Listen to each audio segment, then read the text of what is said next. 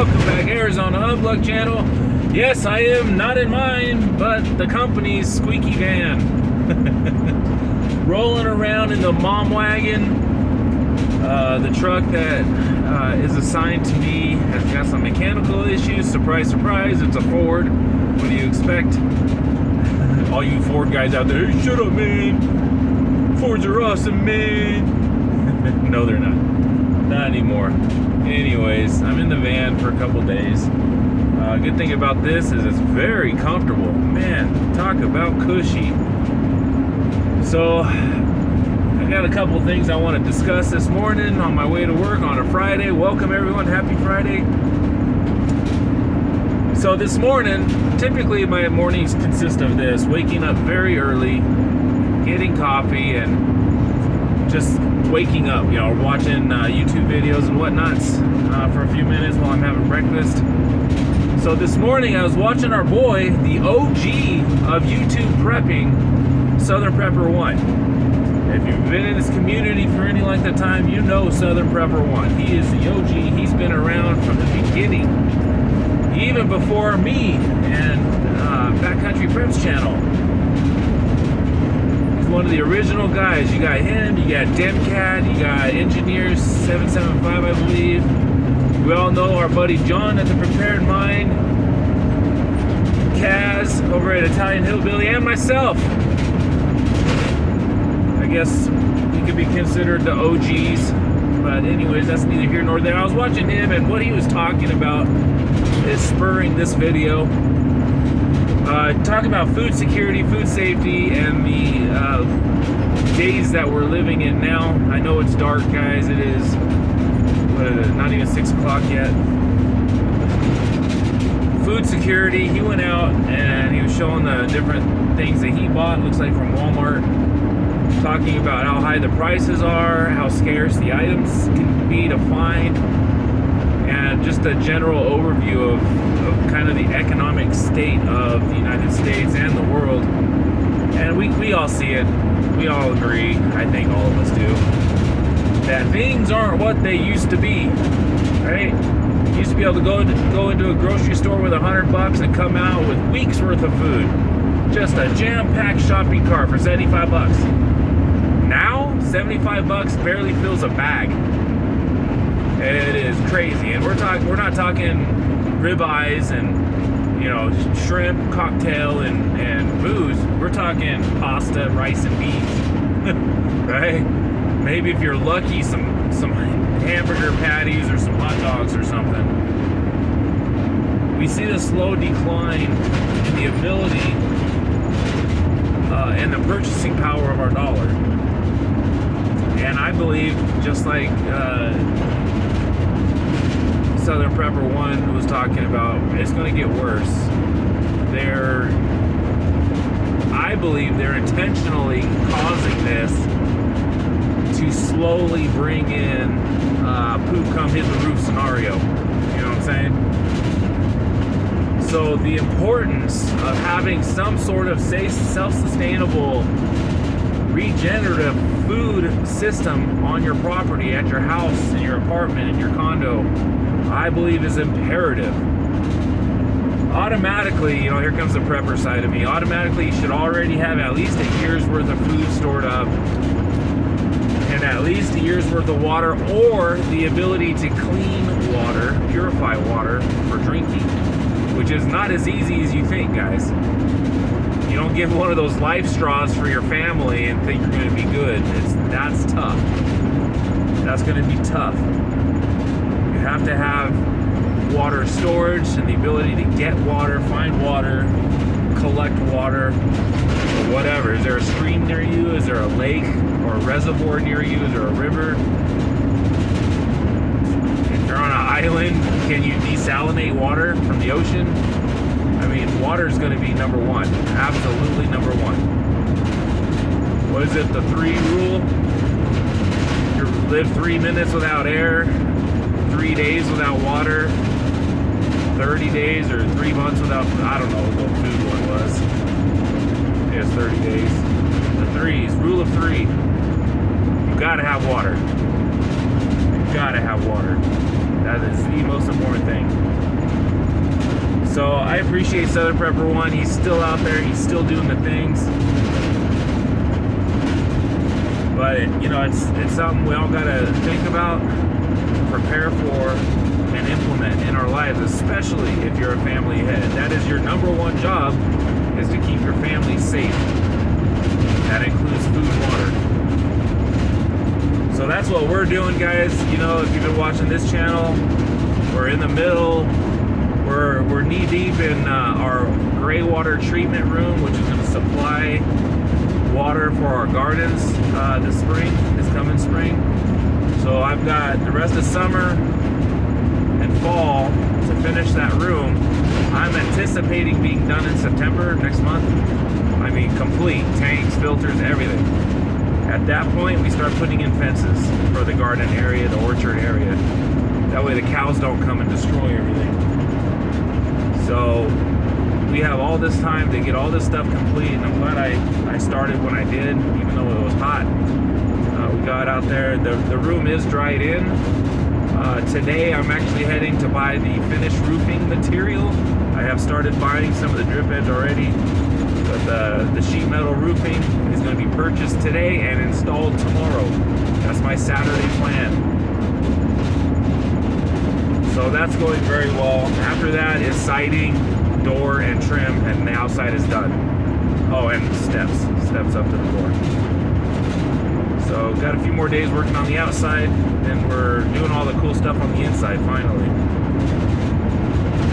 Another thing I wanted to talk about this morning, guys, that everybody seems to be talking about are these flok cameras, F-L-O-C-K cameras, or F-L-O-K. I don't know how they spell it. It's probably an acronym.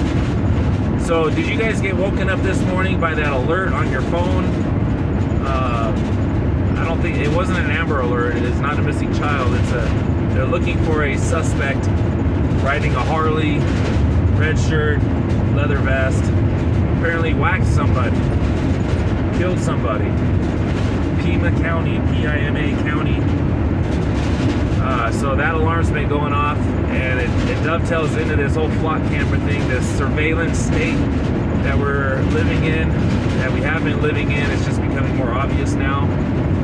It reminds me of where the UK was in the late 80s, early 90s, when they were putting cameras up everywhere to track people, to surveil the citizenry. Am I for that? Absolutely not. Yeah, I mean, I'm not going to be one of those guys coming on here saying that you should be damaging or destroying this equipment, this flok equipment, because I would never condone damaging someone's property, or spray painting the lenses, or taking a Sawzall or grinder and cutting the posts and then smashing the cameras and solar panels with a hammer.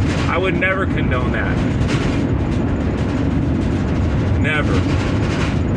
I don't condone anything illegal or unlawful. But if you happen to see them, you know, there's guys out now with long poles with a big sign on, and they just stick it in front of the camera. They just sit there in a lawn chair. That's their day. I think that's awesome. Peaceful protesting, right? You can't stop someone from sitting, holding a sign. That's the whole basis of America, right? Now, where I'm going this morning to town, I know of 2 flok cameras on my way, and they take pictures of me every morning and every afternoon coming home. One's on one direction of the freeway, one's on the other direction. And if you know where I'm talking about, I'm not condoning damaging or destroying those flok cameras. Just saying. I would rather not give up my freedom, my anonymity, for supposed safety, because I don't believe that's what it's for. Now they say it's for our safety. You know, you get fools like this guy murdering someone on a Harley and driving off into the sunset, and these flok cameras going to help catch them. Yeah, maybe. But let's say what's definite. They will definitely invade your privacy. They will definitely not allow you to travel unseen or anonymously. which is the backbone. I mean, the 4th and 10th Amendment, look it up. Yeah, this is a nice side skirt of that, but the spirit of it is still there. And once they start, guys, as we have learned our entire lives, they will not stop. This is all part of a greater plan, and I'm not going to get into the woods on this one, you know, with the tinfoil hat and whatnot. It is what it is. All the conspiracies over the last 20 years, 30 years, have proven to be fact. We were right from the beginning. Right? Trust the science, guys. Come on. That guy. I'm not even going to start talking about Fauci and the science. I just saw a clip yesterday. It was an old clip back in 2019, 2020, I believe, where you got 3 ex-presidents, or at the time, or now there are ex-presidents. You had Bush Jr., you had Obama, and you had, who was the other guy? I believe it was Clinton. All 3 of them in the same area saying the same thing. The science is good. Trust the science. Take your jab. You know, just, I said it once, I've said it, I'll say it again. They're only lying all the time. Whenever you see one of these jackwagons open their mouth, it's a lie. They sprinkle in some little facts here and there. The general story is a lie. Lie after lie after lie. Just gaslighting. It's ridiculous. And these are supposed to be our leaders, right? I only have one leader, and you all know who that is. Homer Simpson.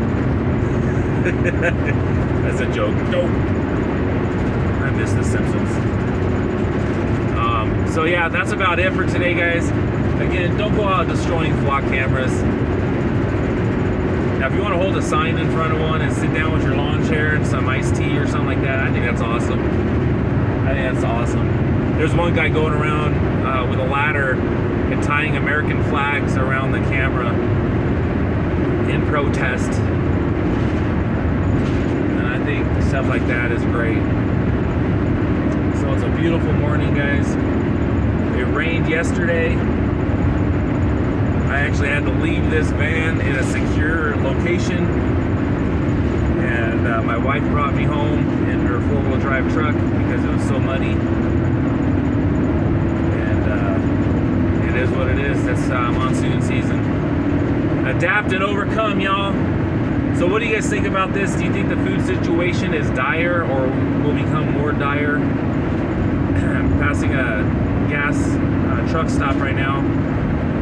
Regular unleaded, if you pay with an ATM card, is $4.18 a gallon. Diesel is I need glasses. Oh, $6.04.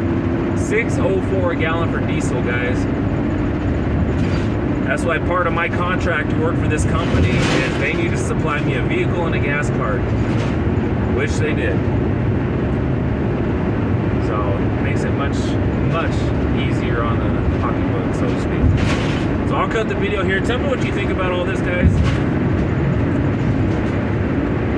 I highly recommend, if you haven't done so already, please consider living the off-grid homestead lifestyle, because this poop show that we're living in now, trying to watch my language, there's kids watching, this poop show, I believe is only going to get worse. The leaders we currently have in charge, you know, some say they're doing a great job, others say they're not doing a great job. I'm not going to speak of it either here nor there. The proof is in the pudding, so to speak. You know, is your life better now than it was a decade ago? I guess that's the question you need to ask yourself. They're all part of the same club, guys, in my opinion. Just two sides of the same coin, birds of a feather. I mean, all the cliches you can think of, they're there. Good to be back in a noisy, squeaky van. You guys know what I'm talking about. Hit me up here in the comments. If you're new, my name is Vaughn. This channel is dedicated to our life off-grid homesteading here in northern Arizona. We are just over 2 years full-time now. We love the lifestyle. I believe it's a lifestyle that is imperative to our future success. You know, you may think differently. You may have a great success in the city, and that's great. You go, you do you, boo-boo. This is for us. This is our lifestyle. We love it. We love it. I used to be somewhat retired. Now I'm working again to help pay off debt even quicker and get my projects built even faster. And it has been working out flawlessly, guys. I'm glad I made this decision. It's awesome. I like where I work. I like the people I'm in charge of. I like what I do. It's what's the best word for it? It's challenging to step into a different role. Well, not really a different role, but less of a role than what I used to do, but being able to concentrate fully on that specific task that I have. So I can be the best at a little bit of stuff instead of being good at a lot of stuff. It's fun to be hyper-focused on something and see progress pretty much immediately. You know, helping build this company. So it's been fun. I'm enjoying it. Waking up at 4 in the morning can be tiresome, but much easier now that there's no alcohol in my life. I quit drinking quite a while ago, as you guys know, and it's been a very good transition. Man, it's so nice not having hangovers. It's very nice, feeling healthy, losing even more weight, becoming more healthy. And I plan on living forever, so far so good. So I'll cut the video here, guys. It was awesome chatting with you. Love you guys. Sorry there hasn't been as many Homestead videos going on, but after completing my roof tomorrow, hopefully, if the weather holds out, I'll show you guys where we're at on that, make a video tomorrow. And until then, prep and thrive, guys. Get your food and water situation taken care of. We'll see ya.